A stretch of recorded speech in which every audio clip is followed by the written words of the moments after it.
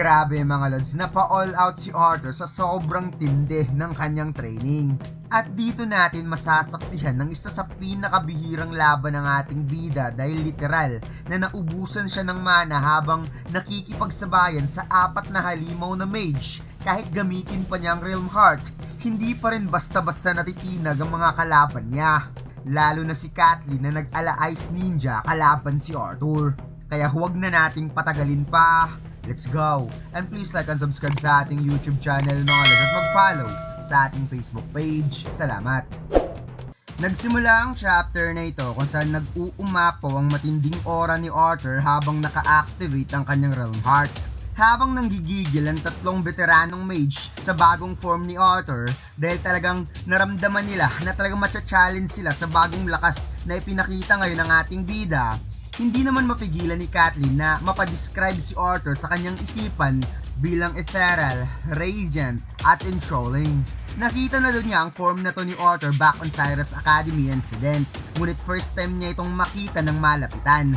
Sinabi ni Hester na mag-spread out silang 4 at palibutan si Arthur, kung saan agad lumipad papunta sa kabila itong si Camus at nagpunta na rin sa kabilang gilid itong si Hester, habang si Bond naman ay ginamit ang gumagalaw niyang stone magic upang makalipat din ng ibang posisyon at napasabi kay Arthur na yan ang gusto ko sa iyo bata. Mainam na minasda ni Kathleen ng kanilang posisyon at napaisip na mas lamang sila sa bilang, ngunit ngayon mukhang bumaliktad na ang lahat, parang sila na ngayon ang naipit. At makikita nga natin mga lods na napalibutan na nga itong si Arthur sa 4 na mage na handa siyang durugin anytime. Biglang sumiklab ang buong katawan ni Arthur at nag-charge up ng napakatinding kuryente to the point na kahit ang kanyang mata ay nagpalabas ng aura sa tinding kapangyarihang inipon niya. Habang si Kathleen naman ay napapikit mata na sinabi sa sarili, "No, hindi. Bakit lagi mo itong ginagawa sa sarili mo, Kathleen? Itigil mo na ngayong pagdududa mo sa sarili mo." Kung kaya't seryoso niya na ngayong hinarap ang sumisiklab na si Arthur na napangiti lang naman sa kanya at ilang sandali lang ay bigla itong naglaho na mabilis pa sa kisap mata at malakuryenteng umatake lang naman papunta kay Camus na talagang agad na tamaan si Camus mga lods at tumalsik agad sa lakas ng atake ni Arthur. Mabilis na rumisponde si Bond upang saluin si Camus sa itaas gamit ang Earth Magic na hindi nasasaktan. Habang si Kathleen naman ay lumikha ng magic na sa pamamagitan ng whirlpool, gumawa siya ng napaka-condensed na water spear and through circular motion, dahil dito mas lalo pa niyang mapapabilis ang transition ng kanyang atake.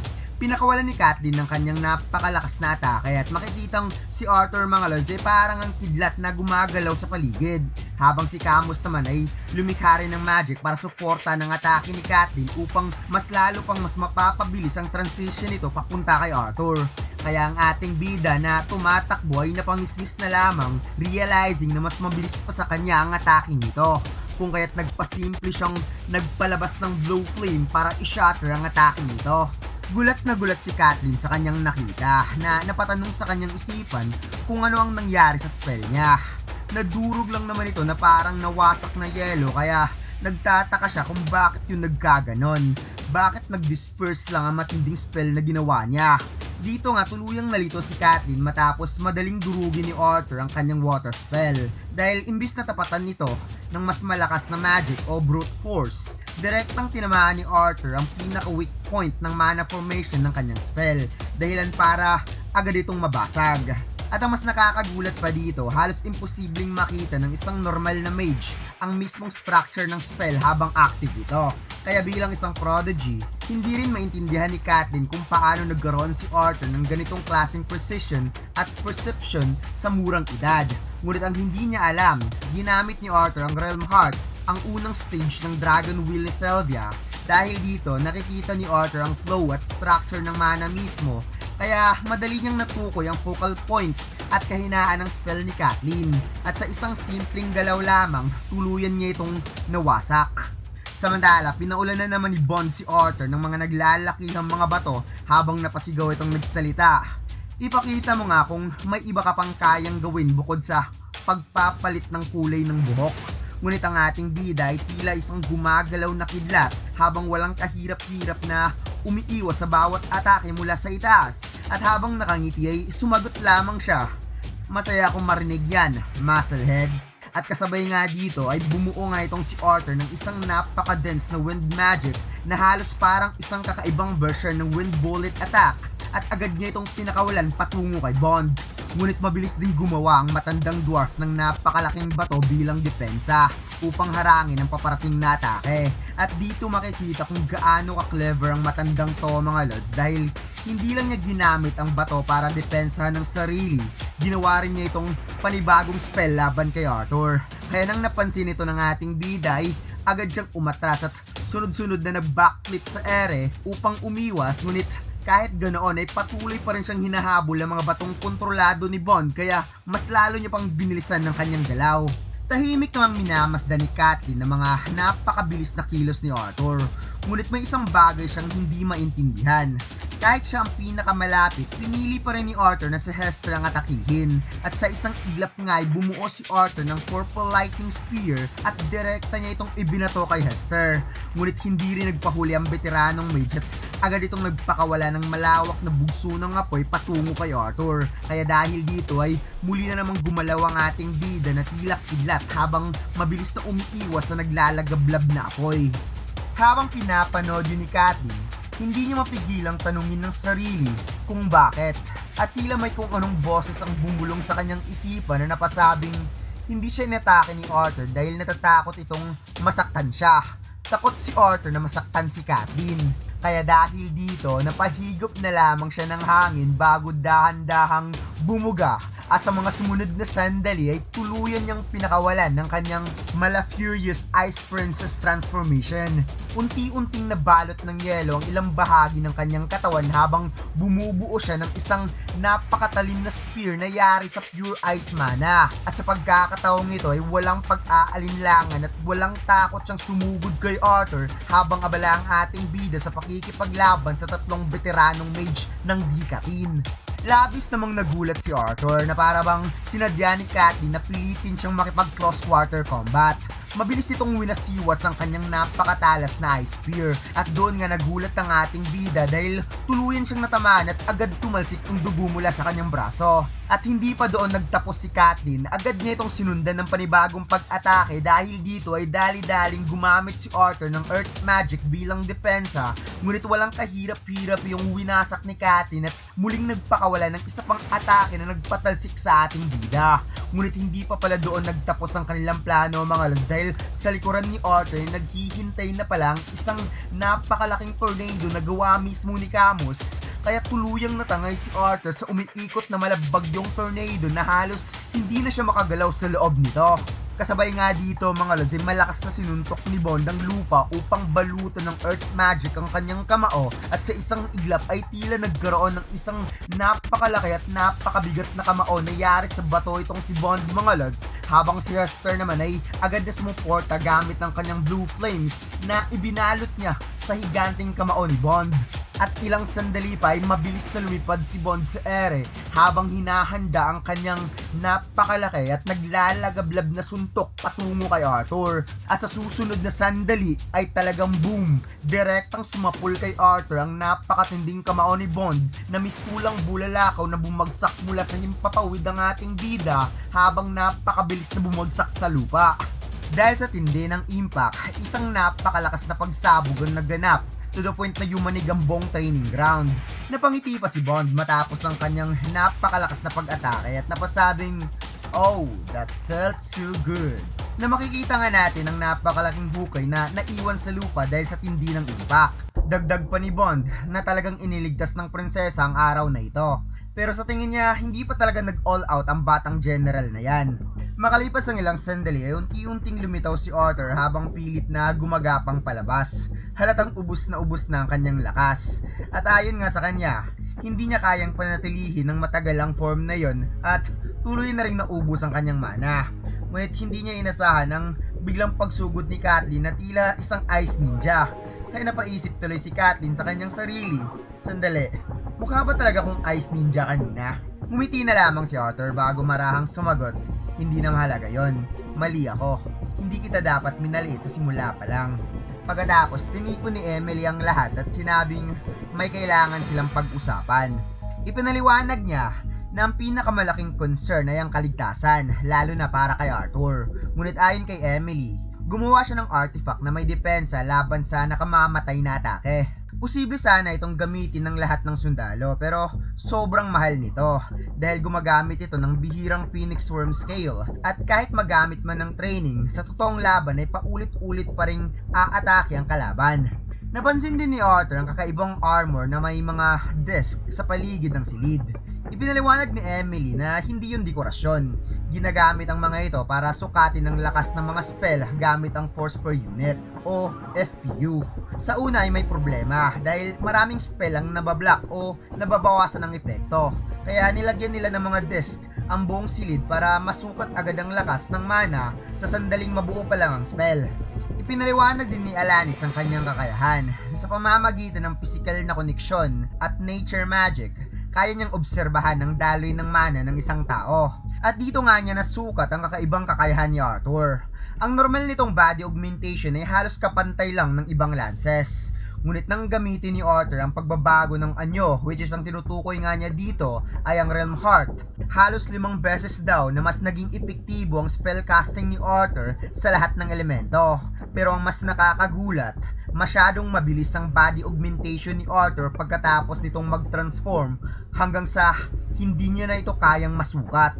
Pagkatapos ay lumipat ang eksena kung saan ipinakita ang mga batang naglalaro sa paligid habang magkasamang naglalakad sina Arthur at Kathleen.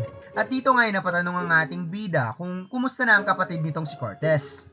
Ayon kay Kathleen, assistant training instructor na raw ito sa Lancelot Academy at mas maayos na ang kalagayan nito ngayon dahil pinayagan na siyang lumabas ng kastilyo pero syempre may bantay pa rin. At dito napatanong naman si Arthur kung ganoon din ba ang kalagayan ni Kathleen. Ngunit sinabi nito na kahit lumakas na siya bilang mage, tila tinitingnan pa rin siya ng kanyang ama bilang mahiyain at maliit na prinsesa. Kaya naman sinabi ni Arthur na medyo reserved naman talaga si Kathleen. Ngunit agad ditong sumagot na mas naging palakaibigan na raw siya ngayon at maging ang pagiging sparring partner niya kay Arthur ay sarili niyang kagustuhan.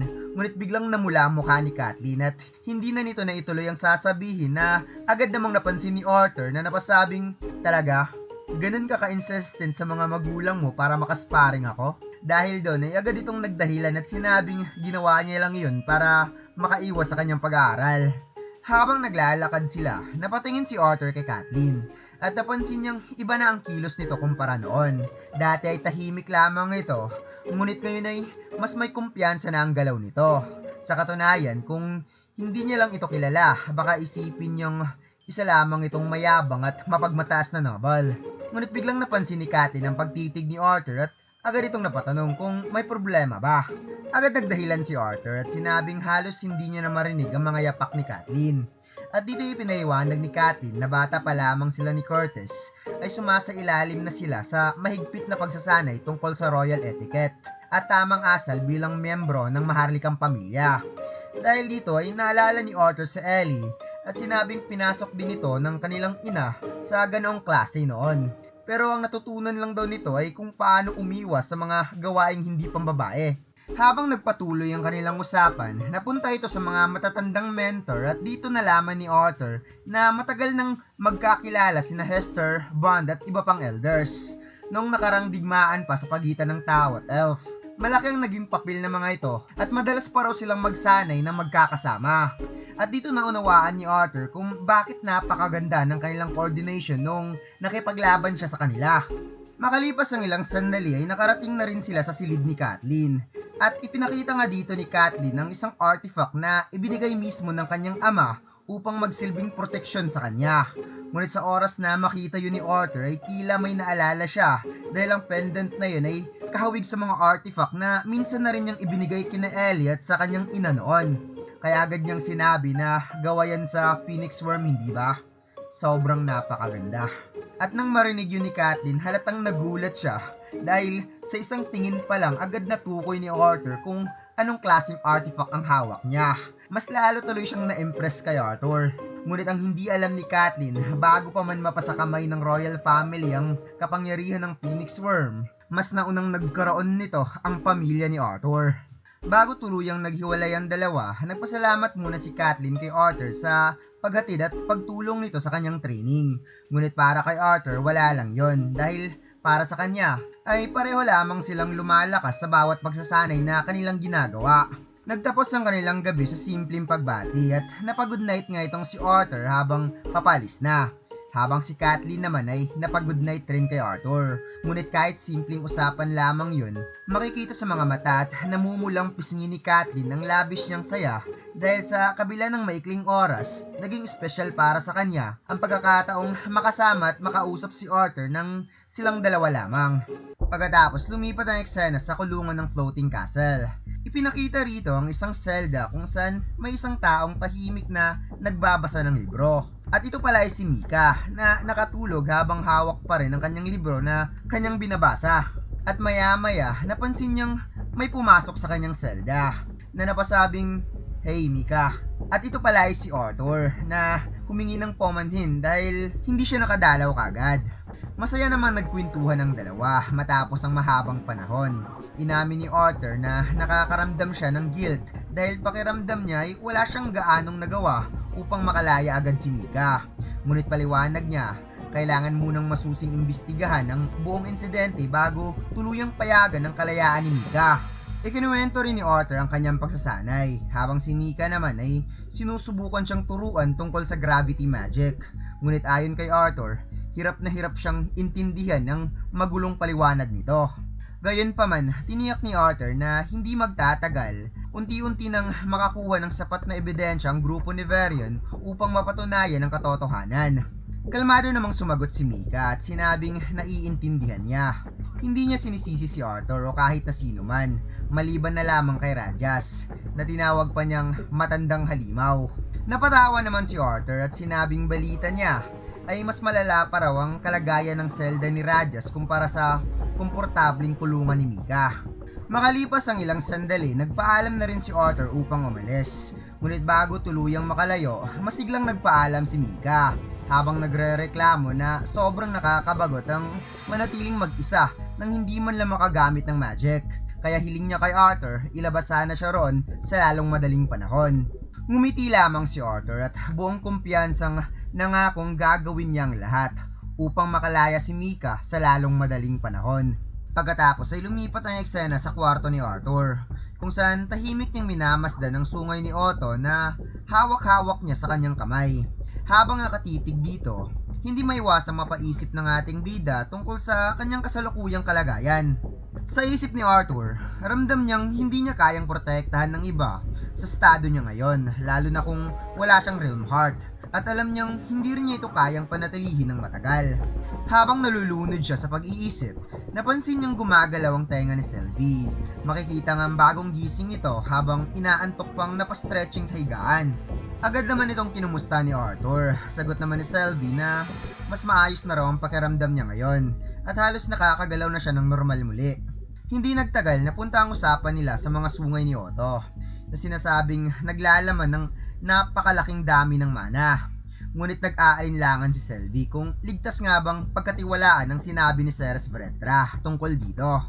Ipinaliwanag naman ni Arthur na ipinagbabawal sa mga Ashura ang direktang pagtulong dahil sa kasunduan ng mga lahi. Ngunit kung nais talaga silang patayin ni Ceres Bretra, matagal na sana niya yung ginawa. Kaya para kay Arthur, hindi yun ganon kalaki ang panganib na pagtanggap ng tulong nito. Inamin din ni Arthur na wala talaga siyang nagawa nang dumating si Ceres Bretra sa laban nila, at kung hindi raw ito nakialam, hindi siya sigurado kung kaya ba nilang talunin si Otto. Wika ni Selby na habang lumalakas sila, tila mas lalo ring lumalakas ang kanilang kalaban, at malaking tulong kung magagamit ni Arthur ang sungay na ito upang maabot ang White Core. Ngunit sa halip na angkinin ng parehong sungay, ibinigay ni Arthur ang isa kay Selby at sinabing sapat na para sa kanya ang natitirang isa. Inamin ni Selby na ang totoong dahilan kung bakit hindi niya lubos pinapabilis ang kanyang awakening bilang ganap na Ashura, natatakot siya na kapag nangyari yon, baka hindi na siya makasama o makatulong pa kay Arthur. Habang lumalakas kasi siya, mas magiging mahirap itago ang kanyang tunay na pagkatao. Marahang hinawakan ni Arthur ang ulo ni Selby. Ipinaalala niya kung paano sila muntik nang mamatay sa kanilang huling laban. Hindi man nila alam kung Ano ang mangyayari sa oras na tuluyan itong magising bilang Ashura? Haharapin na lamang nila iyon pagdating ng panahon. Ngumiti na lamang si Selby at napasabing lagi naman nilang nalagpasan ng lahat ng pagsubok na dumating sa kanila. Kaya makalipas ang ilang sandali, sabay nang nag-meditate ang dalawa upang i-extract ang mana mula sa sungay ni Otto. Habang nakapokus si Arthur, pilit niyang hinahanap ang mana sa loob nito, ngunit wala siyang maramdaman. Samantalang si Selby naman ay tila agad na extract ang mana sa loob nito. Pinakalma ni Arthur ang sarili at huminga ng malalim, at maya-maya nga ay biglang umapo ang napakalakas na mana habang sinisimulan niyang i-extract ang enerhiya mula sa sungay ni Otto. Ngunit sa gitna ng proseso, biglang nagkaroon ng reaksyon ang sungay at ang acrolite na ibinaon ni Rain Kane sa kanyang palad. Dahil dito ay napaigik na lamang si Arthur sa matinding sakit na biglang sumiklab sa kanyang kamay. Napatingin na lamang siya sa kanyang palad habang umaapaw dito ang kakaibang enerhiya mula sa acrolite. Dahil sa sobrang inis at pagod, napahiga na lamang siya habang nagrereklamo sa kanyang isipan. Para kay Arthur, napakaabala ng acrolite na ito at umaasa na lamang siyang magiging sulit ang kakaibang sandatang ipinagkaloob sa kanya ni Rain Kane. At dito lang nagtatapos ang chapter na ito mga lods. Huwag mo sana kalimutan mag-like, comment at mag-subscribe sa ating YouTube channel at mag-follow sa ating Facebook page. Salamat!